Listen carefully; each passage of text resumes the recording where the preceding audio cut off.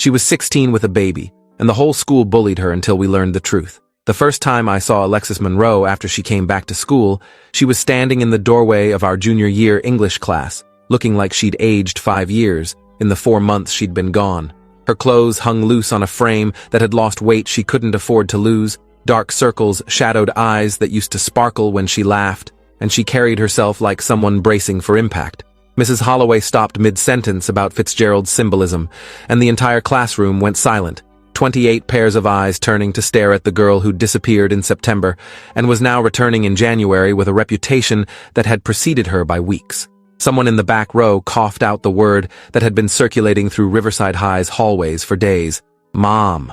The room erupted in barely suppressed laughter, and I watched Alexis's face flush red as she found an empty desk in the back corner and sat down without making eye contact with anyone. I'd known Alexis since middle school, not well, but enough to nod at in hallways and occasionally partner with for group projects. She'd been popular in the way that genuinely kind people often are, not the manufactured popularity of the drama-inclined crowd, but the easy likability that came from actually caring about people. She'd tutored struggling students, organized fundraisers for the animal shelter, always had tampons in her backpack for girls who needed them. Before she disappeared, I'd have described her as someone who made the world slightly better just by being in it. Now she sat hunched in that back corner, like she was trying to become invisible, while whispers and poorly hidden phone screens tracked her every movement. By lunch, someone had created a poll on Instagram, asking whether she'd keep the baby or give it up for adoption. By the end of the day, someone else had photoshopped her face onto pregnancy announcement memes and circulated them through the junior class group chat. I didn't participate in the cruelty, but I didn't stop it either. I told myself it wasn't my business, that getting involved would just paint a target on my own back, that Alexis probably had friends who were supporting her privately. But I watched her eat lunch alone in the library that first week back, watched groups of girls who used to be her friends turn away when she approached, watched guys make crude comments about her body when she walked past in the hallways. The isolation was methodical and complete. Her social media accounts had been deactivated. I checked because I was curious about what had happened during those missing months, and the vacuum of her actual voice allowed rumors to flourish unchecked. Some said the father was her ex-boyfriend Trevor, who'd graduated last year. Others claimed it was some random hookup at a party. The most vicious rumors suggested she'd deliberately gotten pregnant to trap a guy into staying with her, and now he'd rightfully abandoned her to deal with the consequences alone. What struck me most wasn't the cruelty itself. High school had always been brutal to anyone who deviated from unspoken norms, but how the teachers participated in it through their silence and their pointed looks. Mrs. Holloway had moved Alexis to that back corner desk, so she'd be more comfortable, which really meant so she wouldn't disrupt the class with her presence. Coach Hendricks had told her she couldn't take gym class anymore due to health concerns, even though Alexis looked perfectly capable of physical activity. Mr. Vance in biology had made a pointed comment during the reproduction unit about students who should have paid attention to this section before making life-altering mistakes, and the entire class had turned to stare at Alexis while she kept her eyes fixed on her textbook. The adults who were supposed to protect students from bullying were instead modeling that bullying was acceptable when directed at someone who'd made the right kind of mistake, one that confirmed their own moral superiority. I might never have gotten involved if it hadn't been for what happened 3 weeks after Alexis returned. I was cutting through the parking lot after school when I heard shouting near the athletic fields. A group of 6 or 7 guys from the football team had surrounded Alexis by the tennis courts, and one of them, Brian Coulter, the quarterback who thought his throwing arm made him God's gift to humanity, was filming her on his phone while asking increasingly graphic questions about her sex life. The other guys were laughing, shouting suggestions for questions, creating a wall that prevented her from leaving. Alexis stood in the center of that circle with tears streaming down her face, too scared or too broken to push past them. I don't know what made me walk over there. Some combination of disgust at their behavior and memory of Alexis helping me with algebra homework in 8th grade when I was struggling. I pushed through their circle and stood next to her, telling Brian to back off.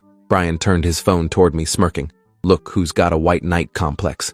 You trying to be daddy number 2, Nathan?" The other guys howled with laughter, but I kept my eyes on Brian and my voice steady. "Delete the video and walk away, or I'm reporting this to Principal Grayson as harassment." Brian's smirk faltered slightly. Grayson had a reputation for actually following through on disciplinary threats, and Brian's football scholarship dreams depended on maintaining a clean record. He made a show of deleting the video while his friends muttered about people not being able to take jokes anymore, then they dispersed. Alexis was shaking beside me, her arms wrapped around herself like she was trying to hold broken pieces together. I asked if she was okay. She laughed bitterly and said she hadn't been okay in 6 months. But thanks anyway. Then she walked away before I could respond, leaving me standing alone by the tennis courts, wondering what exactly I'd just witnessed. The next day, Brian and his friends made sure everyone knew I was now officially a social pariah too. Someone had drawn crude illustrations on my locker suggesting romantic involvement with Alexis. In the cafeteria, guys made exaggerated kissing sounds when I walked past. A few girls who'd previously been friendly gave me cold shoulders, as if defending someone from harassment made me contaminated by association. I'd always occupied a comfortable middle ground in Riverside High's social hierarchy, not popular enough to be invincible, but not vulnerable enough to be an obvious target. That protection evaporated overnight. But I also noticed something else. A handful of students started nodding at me in the hallways, small gestures of acknowledgement that suggested not everyone approved of how Alexis was being treated. One girl named Sophie Chen from my chemistry class stopped me after second period and said what I'd done was brave, that more people should stand up to Brian's bullshit. It was a small thing, but it mattered.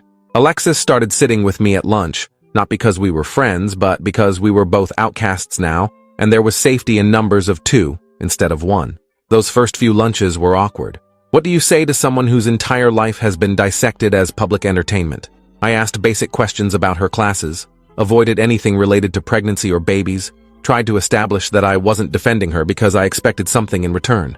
She was guarded at first, responding in monosyllables, watching me like she was waiting for the other shoe to drop. But gradually, over days and then weeks, she started talking more about how hard junior year coursework was after missing 4 months, about her baby daughter Emma, who was staying with her grandmother during school hours, about how exhausting it was to get up every 3 hours for feedings and still try to function in calculus class the next morning, about how her parents had wanted her to give Emma up for adoption, but she'd refused because Emma was the only good thing in her life right now. What she didn't talk about was the father. Every time the subject came close to that territory, she'd change topics or go quiet. I noticed that the rumors about Trevor being the father couldn't be accurate because Trevor had joined the army in June, 5 months before Emma would have been conceived. When I casually mentioned that timeline inconsistency, Alexis's face went pale and she made an excuse about needing to get to class early. It was the first real crack in the official story everyone was telling, and it made me start paying attention to what people weren't saying. Alexis's parents hadn't shown up to any school events since she'd come back. Her former best friend, Kayla, actively avoided her in hallways. But I'd seen Kayla crying in the bathroom once, which suggested more complicated emotions than simple disgust.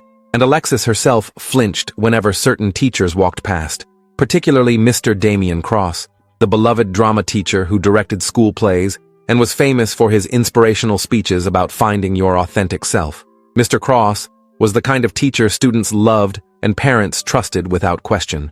He was in his early 30s, energetic and charismatic, always willing to stay late to help students rehearse lines or work through personal problems. He'd won Teacher of the Year twice and had transformed Riverside High's theater program into something that rivaled programs at much larger schools. Girls talked about how understanding he was, how he really listened to their problems instead of dismissing teenage concerns as trivial. Parents praised his dedication. I'd taken his introduction to theater class freshman year, and had been impressed by his genuine enthusiasm and the way he made even shy students feel comfortable performing. He seemed like exactly the kind of teacher every school needed more of. So, when I noticed Alexis actively avoiding being alone in hallways where his classroom was located, when I saw her take longer routes between classes to bypass that wing of the building entirely, I told myself I was reading too much into normal cautiousness. But then Sophie from chemistry class mentioned something that made me reconsider everything. We were lab partners working on a titration experiment when she asked if I'd noticed how Mr. Cross always picked certain girls for lead roles in plays, not necessarily the most talented performers, but a specific type, shy, slightly insecure, usually dealing with difficult home situations. Sophie said her older sister had been in drama club 4 years ago and had told her that Mr. Cross had a pattern of offering extra help and private coaching sessions to those particular girls. Nothing explicitly inappropriate, he was too smart for that. But her sister had felt uncomfortable with how much he wanted to know about their personal lives, how often he'd text them outside school hours, how he'd touch their shoulders or backs during rehearsals in ways that lasted just slightly too long. Sophie's sister had quit drama club halfway through senior year and refused to explain why. Their parents had assumed it was college application stress. Only years later had she told Sophie she'd felt like Mr. Cross was grooming her for something, but she'd never been able to point to any single action that was clearly wrong. I started watching Mr. Cross more carefully after that conversation.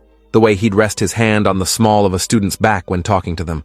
The way he'd compliment specific girls on their appearance in ways that seemed friendly, but were just slightly too personal. The way he'd create opportunities to be alone with certain students by offering rides home or help with projects after school. And I noticed how Alexis physically recoiled the one time he'd tried to speak to her in the hallway, how she'd practically run away from him with panic written across her face. The pieces were arranging themselves into a picture I didn't want to see, but the picture was there, undeniable once you stopped looking away from it. Mr. Cross had access, opportunity, and trusted status.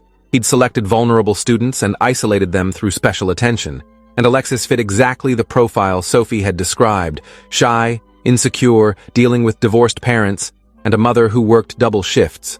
I didn't know what to do with this information. Suspicion wasn't proof. Sophie's sister's uncomfortable feelings weren't evidence.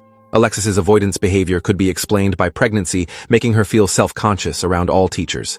Going to administrators with vague concerns would accomplish nothing except making me look like I was spreading malicious rumors about a beloved teacher. But I couldn't stop thinking about it. Couldn't stop seeing the connections once they'd formed. So I did something I'm not proud of. I started following Alexis between classes, not in a creepy way, just maintaining loose awareness of her movements and watching who interacted with her. I told myself I was looking out for her after the Brian incident. Really, I was looking for evidence to confirm or deny my growing suspicions about Mr. Cross. What I saw confirmed everything. Alexis went out of her way to avoid the drama wing. When circumstances forced her past Mr. Cross's classroom, she'd wait until she saw him occupied with other students before hurrying past. Once I saw him catch sight of her in the hallway and start walking in her direction. The expression on Alexis's face was pure terror before she ducked into the nearest bathroom to avoid him. I caught up with Alexis after school that day and asked her directly. We were standing by her car in the parking lot, and I said, "It was Mr. Cross, wasn't it? He's Emma's father." The color drained from her face so completely I thought she might pass out. She started to deny it, mouth-forming words that didn't come out, then just stood there shaking. I kept talking, voice low so nobody passing by could overhear. "You don't have to tell me anything, but if I'm right, you need to know that you weren't his only target." Sophie's sister felt uncomfortable around him 4 years ago. I've been watching how he interacts with students. The pattern is there. Alexis's legs gave out and she sat down hard on the pavement next to her car. Tears were streaming down her face, but she wasn't making any sound, just crying silently, like she'd learned to do it without drawing attention. I sat next to her and waited. Eventually, she started talking. Mr. Cross had noticed her during freshman year when she'd signed up for Introduction to Theater. She'd been struggling with her parents' divorce and her mother's depression, and Mr. Cross had been kind and supportive. He'd encouraged her to audition for the spring play, given her a small role, told her she had real talent. Sophomore year, she'd gotten a bigger role in the fall production. Mr. Cross had offered extra rehearsal sessions after school, just the two of them in the empty auditorium. He'd talked about his own difficult childhood, about how theater had saved him, created this sense of shared understanding and special connection. He'd started texting her, nothing inappropriate at first, just checking in about homework and family stuff. He'd given her rides home when her mom was working late. He'd been exactly what she'd needed, an adult who cared, who listened, who made her feel important. She'd trusted him completely. The grooming had been so gradual she hadn't recognized it was happening until it was too late. The actual assault had occurred last March during spring break. Alexis had been helping Mr. Cross organize props in the theater storage room. Nobody else was in the building. He'd made sure of that by scheduling the session for a day when he knew the school would be empty. He'd locked the door and told her he had feelings for her, that she was mature for her age, that what they had was special. She'd tried to leave, and he'd blocked the door. She'd said no, and he'd told her she was confused about what she really wanted. Then he'd raped her in that storage room while she cried, and said no over and over until she stopped saying anything at all. Afterward, he'd told her that nobody would believe her if she told anyone. He was a respected teacher with a spotless record. She was a teenage girl with divorced parents and a reputation for being dramatic. If she accused him, he'd make sure everyone knew she'd been the one pursuing him, that she'd been obsessed and had fabricated a story when he'd rejected her advances. He'd destroy her life and her mother's career. Her mom was a nurse at the local hospital where Mr. Cross's wife also worked. Everything would come out. Everyone would blame Alexis. So she'd stayed silent. She'd quit drama club with a vague excuse about focusing on academics. She'd tried to avoid Mr. Cross, but in a school of 800 students, you couldn't avoid anyone completely. She'd see him in hallways or at assemblies, and he'd smile at her like nothing had happened, like he hadn't destroyed her entire sense of safety and self. When she'd realized she was pregnant in June, she'd been paralyzed with terror. Her mother had been furious, demanding to know who the father was. Alexis had said it was Trevor, her ex-boyfriend who'd already left for Army basic training. Trevor couldn't contradict the story because he was at Fort Benning without phone access. Her mother had pressured her to get an abortion or give the baby up for adoption. Alexis had refused because terminating the pregnancy felt like giving Mr. Cross even more power over her body, and adoption felt like abandoning the only thing that was truly hers. So she'd left school in September for home education, had Emma in November, and returned in January because her mother couldn't afford childcare and tutoring simultaneously. And now she was back in the same building as her rapist, pretending everything was fine while he continued teaching, and everyone blamed her for her own victimization. I sat there listening to Alexis's story and felt rage burning so hot I couldn't speak. This wasn't some complicated situation with ambiguous consent. Mr. Cross was a predator who'd systematically groomed and assaulted a student, then used his position of authority to silence her. And Riverside High had given him everything he needed to operate: unsupervised access to students, community trust, and a culture that automatically blamed girls for any sexual situation that became public. The adults in charge had failed so catastrophically that Alexis was being tortured daily for being raped, while her rapist directed the spring musical and received parent donations for theater program supplies. I asked Alexis why she hadn't reported him after Emma was born, when she had physical evidence of his crime. She laughed bitterly and said evidence of pregnancy wasn't evidence of rape. Mr. Cross would claim it was consensual, that she'd pursued him, that he'd made a mistake, but she'd been the instigator. Who would people believe? The respected teacher or the teen mom who'd already been labeled a slut by the entire student body? I understood her fear, but I also knew that staying silent meant Mr. Cross would continue hurting students. Sophie's sister had been targeted 4 years ago. Alexis had been assaulted last year. How many others in between? How many since? I told Alexis that she wasn't responsible for his future victims, but we had the power to stop him if she was willing to fight. She asked what fighting would accomplish besides making everything worse. I said I didn't know, but doing nothing guaranteed he'd hurt someone else. We sat in that parking lot until the sun started setting, talking through options that all seemed insufficient or impossible. Finally, Alexis said she'd think about it, but she made me promise not to tell anyone what she'd shared. Not Sophie, not administrators, nobody. This was her story to tell or not tell. I promised, even though it felt like swallowing broken glass to stay silent about what I now knew. That night, I lay awake researching sexual assault laws and mandatory reporting requirements and statute of limitations, trying to find some legal avenue that would protect Alexis while holding Mr. Cross accountable. The next day, I approached Sophie and asked if her sister would be willing to talk to me. Sophie was immediately suspicious, asking why I wanted to contact her. I couldn't tell her the truth without breaking my promise to Alexis, so I said I was concerned about certain patterns I'd noticed with Mr. Cross and wanted to understand if my concerns were valid.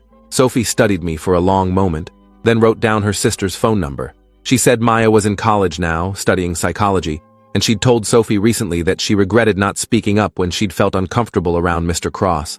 Maybe she'd be willing to talk now. I texted Maya that evening, introduced myself awkwardly, and asked if she'd be willing to discuss her experience in Riverside High's drama program. She called me back within an hour.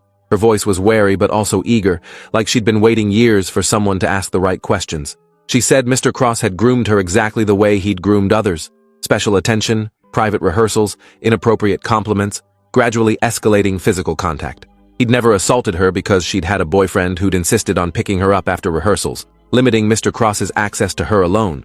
But she'd watched him select other girls who were more isolated, and she'd felt guilty for years that she hadn't said anything when the patterns were so obvious.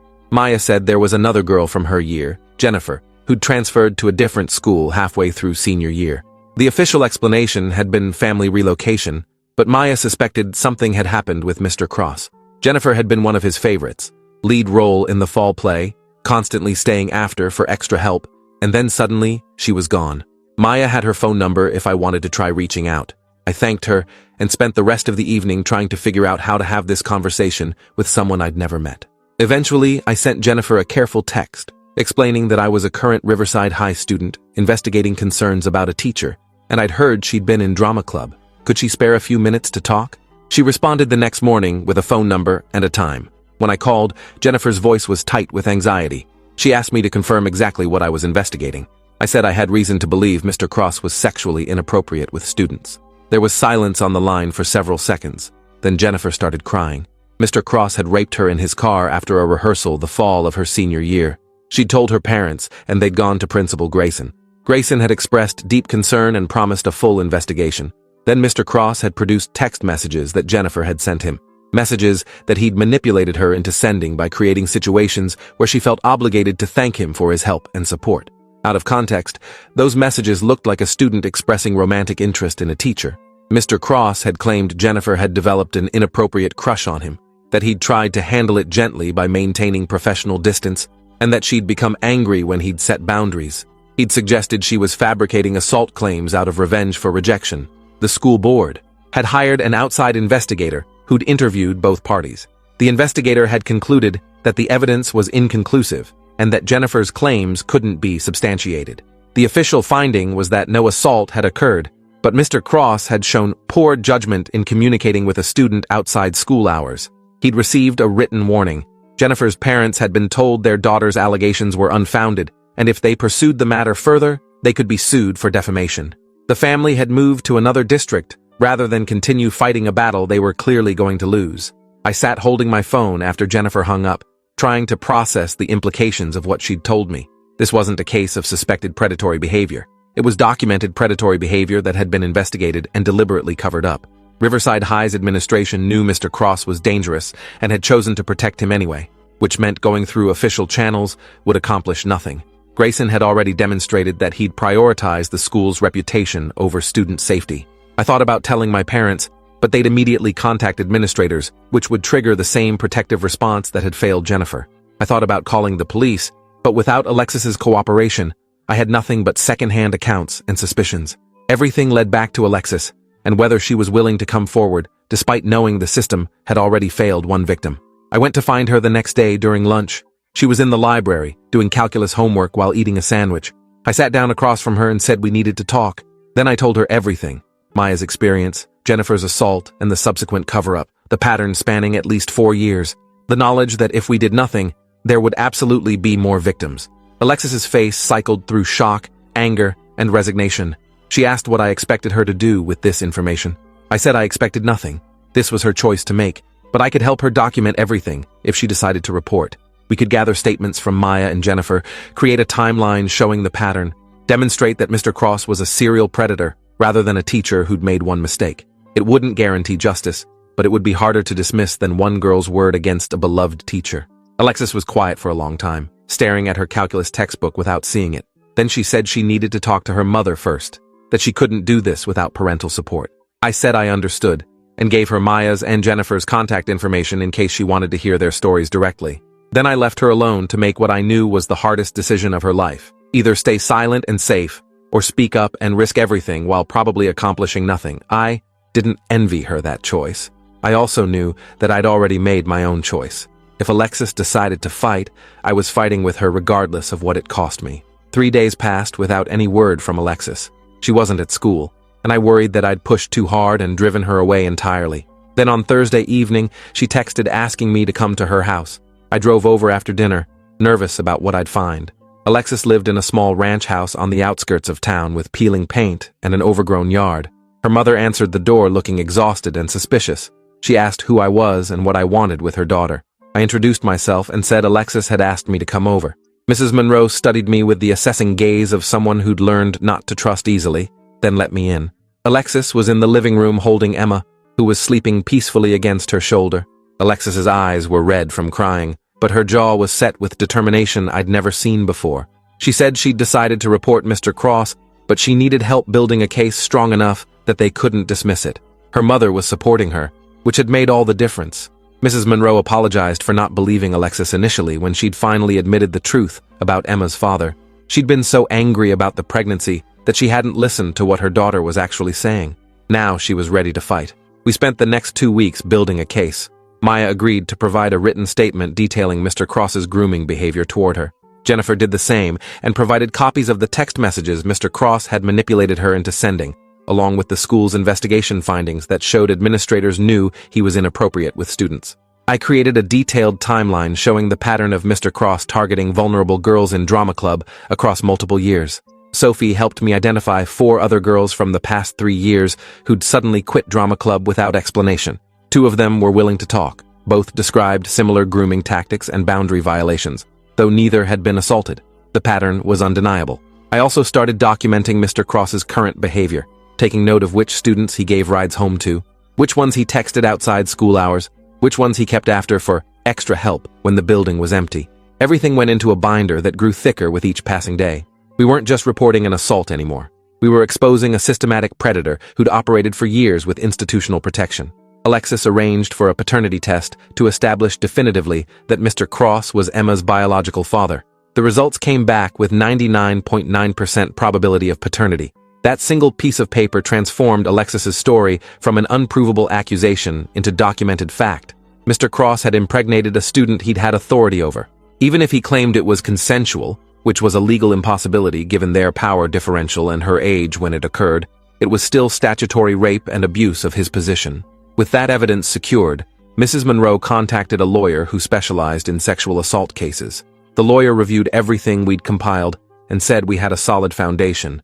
She recommended reporting to both the school board and the police simultaneously, so administrators couldn't bury it like they'd done with Jennifer's case. On a Monday morning in late March, almost exactly 1 year after Mr. Cross had assaulted Alexis, we walked into Principal Grayson's office with the lawyer, the binder of evidence, and the paternity test results. Grayson's face went from annoyed at the interruption to alarmed as the lawyer explained why we were there. The lawyer laid out the case methodically. A teacher had sexually assaulted a student on school grounds, impregnated her, and then continued teaching while the victim was blamed and ostracized by the school community. The paternity test proved Mr. Cross was Emma's father. Multiple witnesses documented a pattern of grooming and inappropriate behavior spanning years.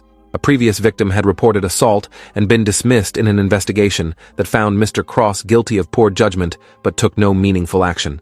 The school district was liable for maintaining an unsafe environment and failing to protect students from a known predator. If they didn't take immediate action, suspending Mr. Cross, conducting a genuine investigation, and implementing new safeguards, the lawyer would be filing lawsuits against both Mr. Cross and the district for negligence and enabling abuse. Grayson tried to protest that this was the first he was hearing of serious concerns about Mr. Cross. The lawyer pulled out Jennifer's case file, which documented that Grayson had personally overseen that investigation. He'd known Mr. Cross was dangerous for years and had done nothing. His face went pale. Grayson called an emergency meeting with the superintendent and the school board. We spent 4 hours in a conference room going through every piece of evidence, while school administrators tried various strategies to minimize the situation. They questioned Alexis's credibility. They suggested the paternity test could be mistaken. They claimed the previous investigation had been thorough and had found insufficient evidence. They argued that Mr. Cross's reputation and years of service deserved consideration. The lawyer demolished each deflection systematically. Paternity tests weren't mistaken at 99.9% probability. Previous investigations had been deliberately superficial. A teacher's reputation didn't outweigh student safety. Multiple victims following the same pattern wasn't coincidence. By the end of the meeting, the superintendent had agreed to place Mr. Cross on immediate administrative leave, pending a full investigation. Police were contacted. The school board agreed to hire an independent investigator with no connections to the district. It wasn't justice yet, but it was progress. Alexis squeezed my hand when we left that conference room, and I saw something I hadn't seen in her face since she'd returned to school: hope. The news spread through Riverside High within hours. Someone in administration must have leaked it, because by the end of the school day, everyone knew Mr. Cross had been placed on leave for allegations of inappropriate conduct with students. The rumor mill churned with speculation and conspiracy theories. Some students immediately believed it and shared their own stories of feeling uncomfortable around Mr. Cross. Others defended him furiously, claiming this was a witch hunt or a misunderstanding. The drama club kids were divided between loyalty to a teacher they'd admired and dawning horror at patterns they'd witnessed but hadn't named.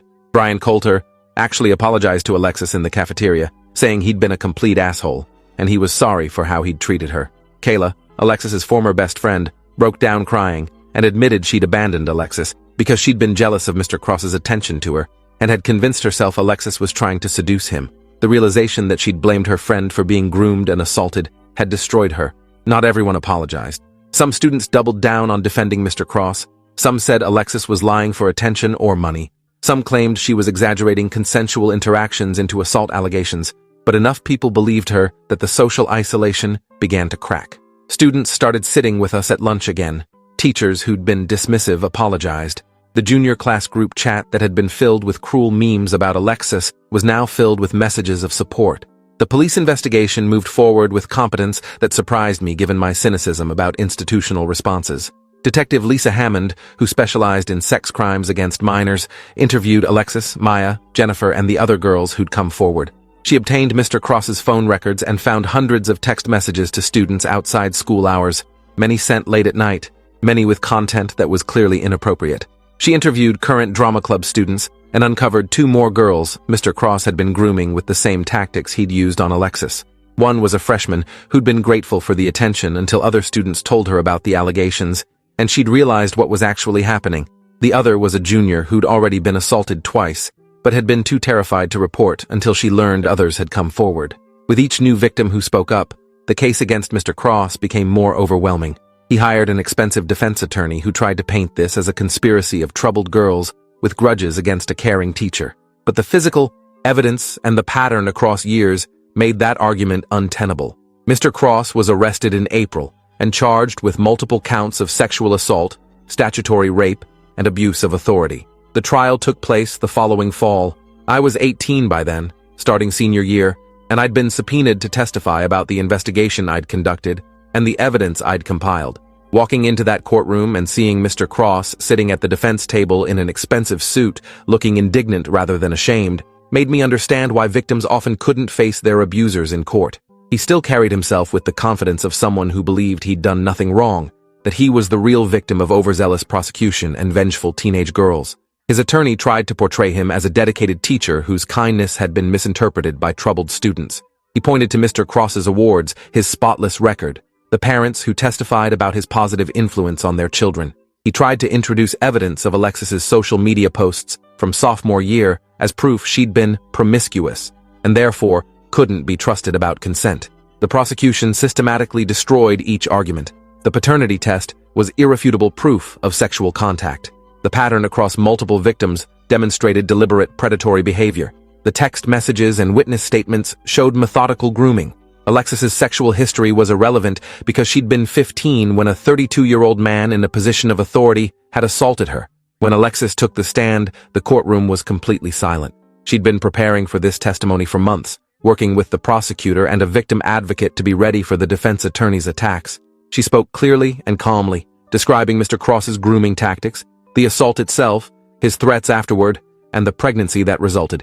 The defense attorney tried to rattle her with questions about why she'd initially lied about the father's identity, why she hadn't reported immediately, why she'd continued attending school where Mr. Cross taught.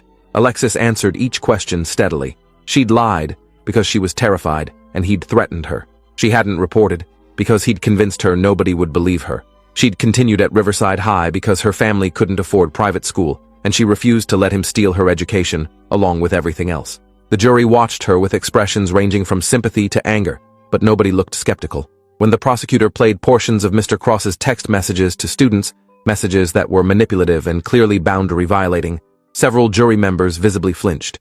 The defense tried to argue those were simply a caring teacher checking on struggling students, but the pattern, the late-night timing, the way he'd isolated certain girls, made his true intentions obvious.